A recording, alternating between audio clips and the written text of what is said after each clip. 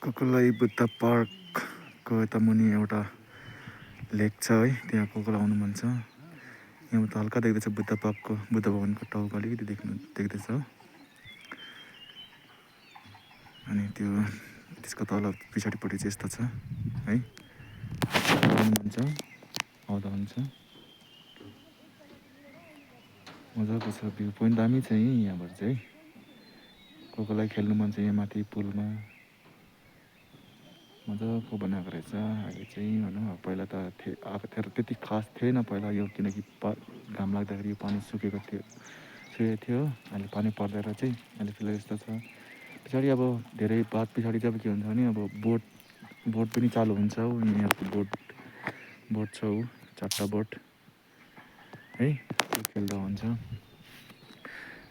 आएर tree house पनि छ यहाँ माथि, देख्दै होला सिँढीहरू छ है, देख्दै होला ट्री हाउस यहाँ छ।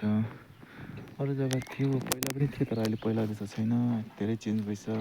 त्यहाँदेखिको त्यहाँसम्म चाहिँ उयो गरेर झोलुङमा बसेर आउनु सक्ने रहेछ यो तारहरूले गरेर जाँदाखेरि हो। माथि छ उयो घरमा, त्यहाँ गएदेखि चाहिँ तारमा आउनु सक्ने रहेछ त्यो उसमा के अरे बसेर यहाँसम्म।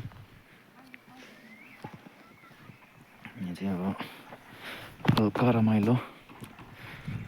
हुन त म पनि धेरै भएको छैन, धेरै सालको बादमा आएको छु भनौँ यता सिक्किम। 10 सालको बादमा आएको, मजा लाग्यो यस्तो देखेर, हरियो देखेर मजा लागेछ।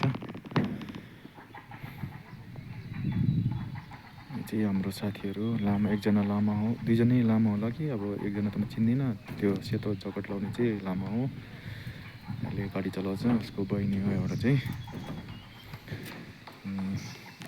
म चाहिँ उनीहरूसँगै अब हुन त अब एक्स्ट्रा अब फाल्टै गाडीमा जान्थ्यो, लामाहरू पनि सँगै जाने भनेर चाहिँ अब लामाकै गाडी छ, अनि त्यही लागि उसकै गाडीमा आएको। उसलाई त सबैले चिन्छ होला सिक्किमको होइन। ल हेर्यो भने सबैलाई हेर्नुभएकोमा धेरै धेरै धन्यवाद छ है।